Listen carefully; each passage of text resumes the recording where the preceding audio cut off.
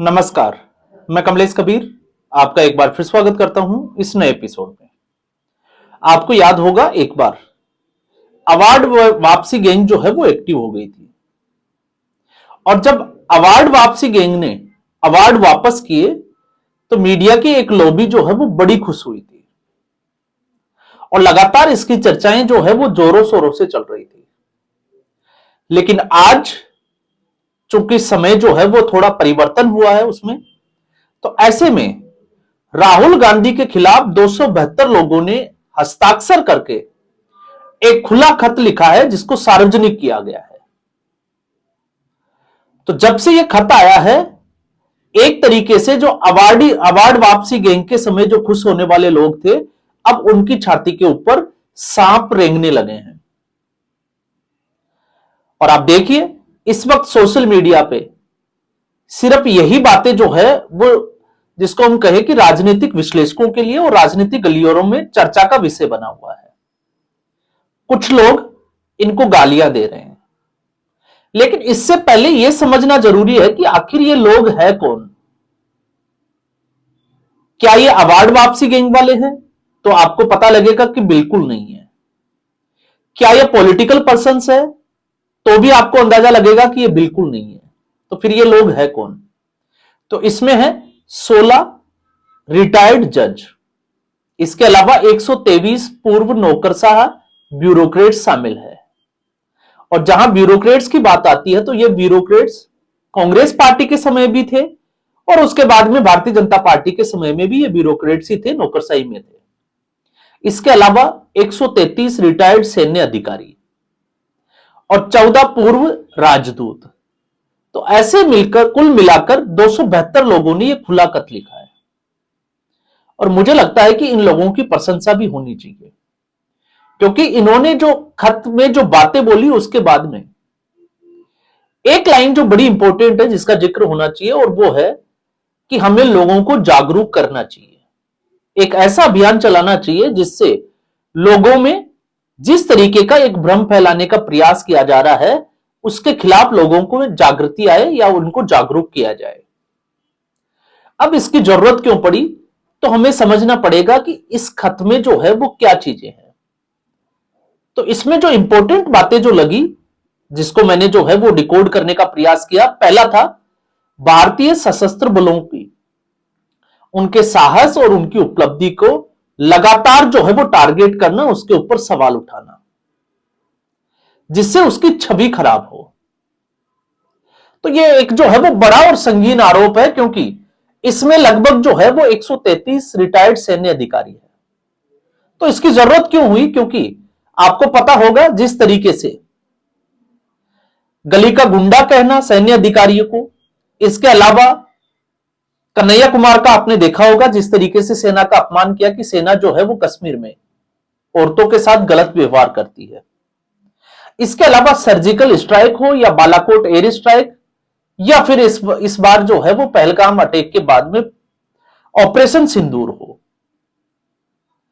इन तीनों ही समय जो है वो कांग्रेस पार्टी और उसके सहयोगी दलों ने इन पूरे ऑपरेशन के ऊपर जो है वो सवालिया निशान उठाए थे और सबूत मांगे थे। तो यह बहुत जरूरी हो जाता है, क्योंकि 2014 से पहले पॉलिटिकल विल पावर की कमी की वजह से कांग्रेस पार्टी हाथ पर हाथ धरे जो है वो बैठी रहती थी। एक विल पावर की कमी, तो दूसरा हम कह सकते हैं मुस्लिम तुष्टीकरण की राजनीति।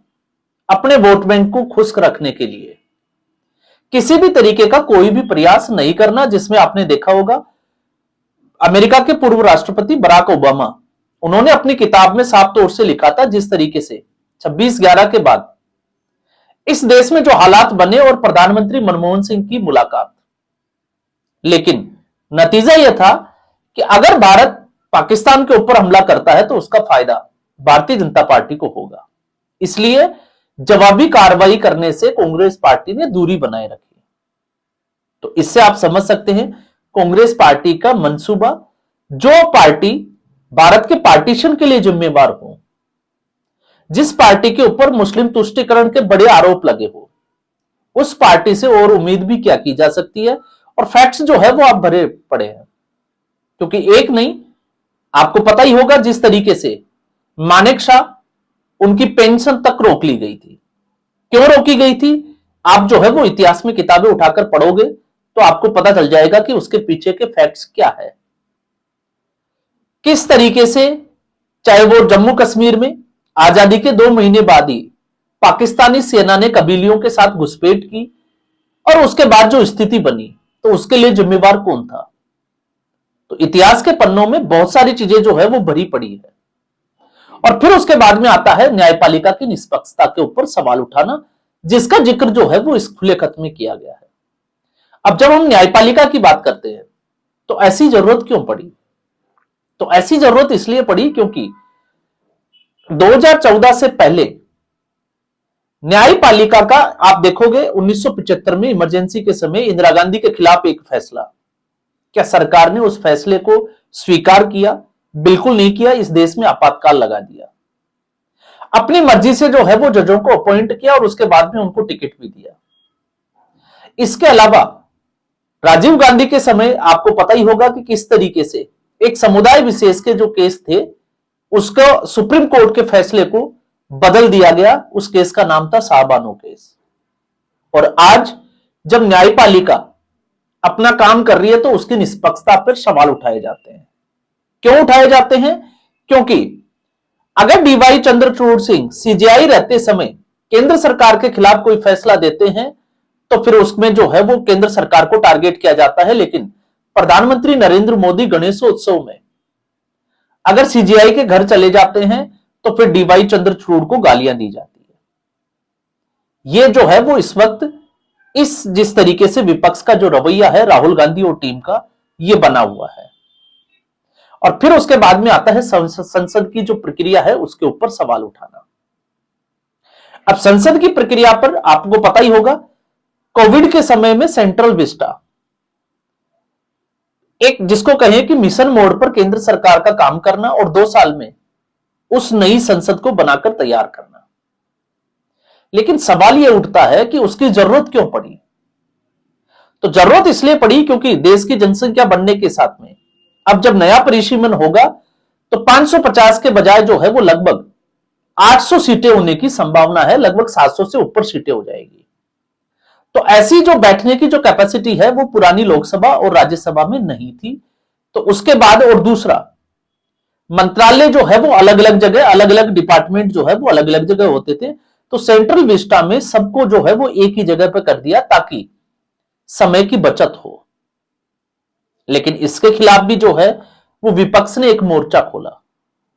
इसके अलावा उसके उद्घाटन प्रक्रिया में आपने देखा होगा जिस तरीके से राष्ट्रपति के बजाय प्रधानमंत्री नरेंद्र मोदी ने उसका उद्घाटन किया, तो उसके बाद में एक घेरने की कोशिश की कि राष्ट्रपति महोदय ने क्यों नहीं किया। उद्घाटन समारोह तक का जो है वो बहिष्कार किया गया। तो ये है। और उसके बाद जब भारतीय जनता पार्टी की सरकार संसदीय प्रक्रिया के तहत, क्योंकि जब भी कोई बिल आता है तो वो बिल जो है वो संसदीय कमेटी के पास जाता है, उसके बाद में लोकसभा में टेबल किया जाता है, बहस होती है और जो संसद की प्रक्रिया है उसके हिसाब से अगर मेजोरिटी चाहिए तो एक साधारण मेजोरिटी से, और अगर बिल जो है वो कॉन्स्टिट्यूशनल या संवैधानिक प्रक्रिया से जुड़ा हुआ है तो 2/3 मेजोरिटी के साथ। तो संसद से विपरीत तो जो है वो सरकार काम नहीं कर रही। लेकिन जब केंद्र सरकार कोई संशोधन करती है तो फिर उसके ऊपर संविधान बदलने का आरोप लगा दिया जाता है। लेकिन भूल जाते हैं कि 100 से ज्यादा संविधान में जो संशोधन किए गए वो संविधान संशोधन कांग्रेस पार्टी के द्वारा किए गए। और यहां तक ही नहीं, जिस प्रिम्बल में, प्रस्तावना में, जिसमें छेड़छाड़ भी नहीं की जा सकती, इमरजेंसी लगाकर उसमें 2 शब्द जो है वो जोड़े गए, एक सेकुलर और दूसरा सोशलिस्ट शब्द। तो यह है कांग्रेस पार्टी का रवैया। और उसके बाद में है, अब चूंकि इस खत में जो है वो खुले तौर से जो है वो इसके ऊपर बात की गई है, कांग्रेस पार्टी अपनी हताशा छुपाने के लिए, और जब हम हताशा शब्द का इस्तेमाल करते हैं तो वो इसलिए कर रहे हैं क्योंकि राहुल गांधी जब से सक्रिय राजनीति में आए हैं 2004, और पूर्णतया अगर कमान की हम बात करें तो 2014 में राहुल गांधी ने कांग्रेस पार्टी की कमान अपने हाथों में ली और उसके बाद से लगभग 95 से ज्यादा, 95 या 96 जो है वो चुनाव हार चुके हैं। एक के बाद एक। और स्थिति यह बन गई है, जब हम बात करते हैं तो बिहार में आप देखिए विधानसभा 243 में से सिर्फ 6 सीट। उत्तर प्रदेश जिसमें 400 से ज्यादा सीटें हैं, वहां पर कांग्रेस पार्टी के पास सिर्फ 2 सीटें हैं। पश्चिमी बंगाल में 0 सीट। यह कांग्रेस पार्टी की स्थिति इस वक्त बन चुकी है। तो ऐसे समय में, क्योंकि हर कोई भी हार होती है, किसी भी पार्टी की हार होती है तो उसकी जिम्मेवारी तय की जाती है।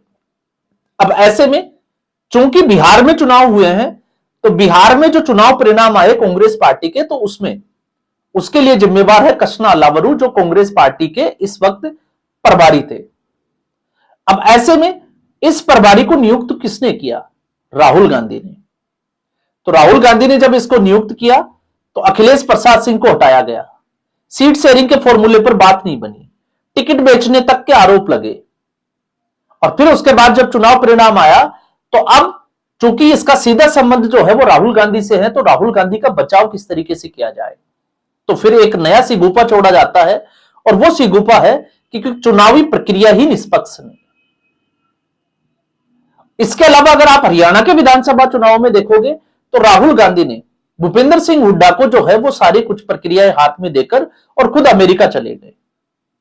जो व्यक्ति खुद चुनावों से गायब रहे और जब चुनाव परिणाम उसके विपरीत आए, तो यह ठीक एक ऐसी स्थिति है कि जनता की जिम्मेवारी है कि राहुल गांधी को प्रधानमंत्री बनाए, लेकिन जनता राहुल गांधी को प्रधानमंत्री बनाने के पक्ष में दिखाई नहीं देती है। और हर बार के जो है वो रुझान यही कहते हैं। तो अब जो फ्रस्ट्रेशन है उसको कैसे निकाला जाए, तो उसके निकालने के लिए इस देश में अराजकता का माहौल बनाने का एक पूरा प्रयास जो है वो विपक्ष के द्वारा किया जा रहा है, जिसमें चाहे वो जैन जी का बार बार जिक्र करना हो और लगातार ये दिखाने का प्रयास किया करना कि वोट चोरी हुई है। तो सवाल ये उठता है कि अगर वोट चोरी है और पर्याप्त सबूत है, तो सबूतों के साथ कांग्रेस पार्टी कोर्ट क्यों नहीं जाती? और उससे भी बड़ा सवाल है, क्योंकि इस वक्त बिहार में चुनाव परिणाम हुए हैं, और अगर कांग्रेस पार्टी और महागठबंधन को यह लगता है कि चुनावी प्रक्रिया में गड़बड़ी है और उनके पास सबूत है, तो 45 दिन का समय होता है जिसमें सीसीटीवी फुटेज और आप इसके खिलाफ जो है वो शिकायत कर सकते हैं। लेकिन कांग्रेस पार्टी इस मुद्दे को उठाएगी जब 45 दिन का समय निकल जाएगा। और इसी में आपने देखा होगा कि मुख्य चुनाव आयुक्त ज्ञानेश कुमार के साथ में बाकी 2 लोग हैं, उनको लगातार जो है वो धमकाने का प्रयास किया जा रहा है। उनका नाम लेकर यह कहा जाना कि ये रिटायर्ड होंगे, इनके नाम आप याद रख लीजिए, इनको छोड़ना नहीं है। तो इस तरीके की भाषा का इस्तेमाल करना, तो मुझे लगता है कि ये जो है एक तरीके से अवार्ड वापसी गैंग के लिए गहरा सदमा है, क्योंकि अब उसी की तर्ज के ऊपर एक सदे हुए और जिसको हम कहें कि जिम्मेवार जो लोग हैं, भारतीय नागरिक हैं, उनकी तरफ से इस तरीके का खुला खत लिखना और लोगों को जागरूक करना, और इसी तरीके का प्रयास जो है वो होता रहना भी चाहिए। तो आज के एपिसोड में बस इतना ही। उम्मीद करूंगा ये वीडियो एपिसोड आपको पसंद आया होगा। वीडियो को लाइक करें, शेयर करें, चैनल जरूर सब्सक्राइब करें। धन्यवाद।